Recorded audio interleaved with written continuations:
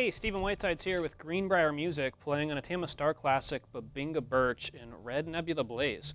It's an exclusive finish you can only get at Greenbrier Music in the USA. This is a really cool sounding kit. I at first thought it was a little challenging to tune up, and I realized you actually want to remove the batter heads from this kit if you buy one and then reseat them. It seems our stocks just kind of shifted in transit.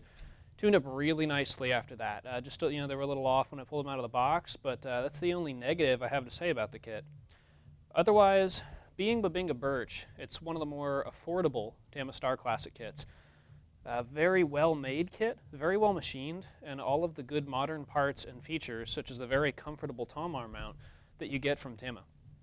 We have some really cool features as well with the custom finish. We have custom sizing. In Starclassic, you'll find the same setup, 10, 12, 14, 16 with an 18 by 22 bass, just about everywhere. Sometimes you'll just find the 10, 12, 14 version or the 10, 12, 16 version.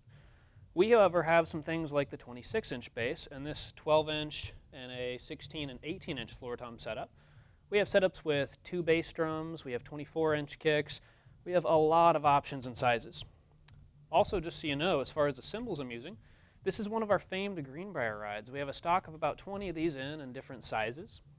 And these are the Greenbrier crashes that are just recently prototyped, based on an Artisan Series sound control crash. They have 2 unlathed rings, an unhammered raw bell, white logos, and they're hand signed by Mark Love, each one custom made to match Greenbrier ride cymbals. The Greenbrier ride's famous for having lots of different tones you can control in different zones in the ride cymbal. So if you memorize different times on the clock by looking at the also beautiful white logos on the cymbal and use its raw hammered bell, you can really get a million sounds out of this ride to the 3 or 4 you'll get out of a typical, less expensive ride cymbal. I'm using the SLP G Maple 13-inch Tama snare drum here, and I'm using a set of our custom AAX pinstripe hi-hats as well. Back to the kit, a lot of low earthy tones. It's very percussive. On warmth, I would give it roughly a 6 out of 10. It's not a kit that's going to sing for a million years like a Ludwig Classic Maple or a Gretsch USA. It's a little more tight and controlled than that, so if you're a player that does a lot of fast articulations like some of the fills I was just doing, it's going to come through really well. It's also very easy to record because it's not too boomy. Again, nice, tight control and articulate.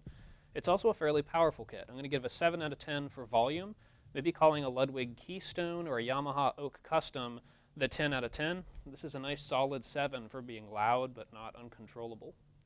I'd recommend a heads upgrade to something like maybe G1 Clears because I'm not a fan of the 2-ply heads that come with the kit.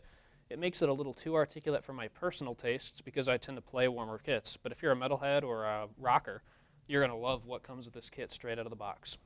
I also might consider if I did want a warmer sounding bass drum, we could get to a 9 out of 10 just by adding a single-ply clear Evans EMAD batter head and an Evans EMAD resonant head to upgrade here.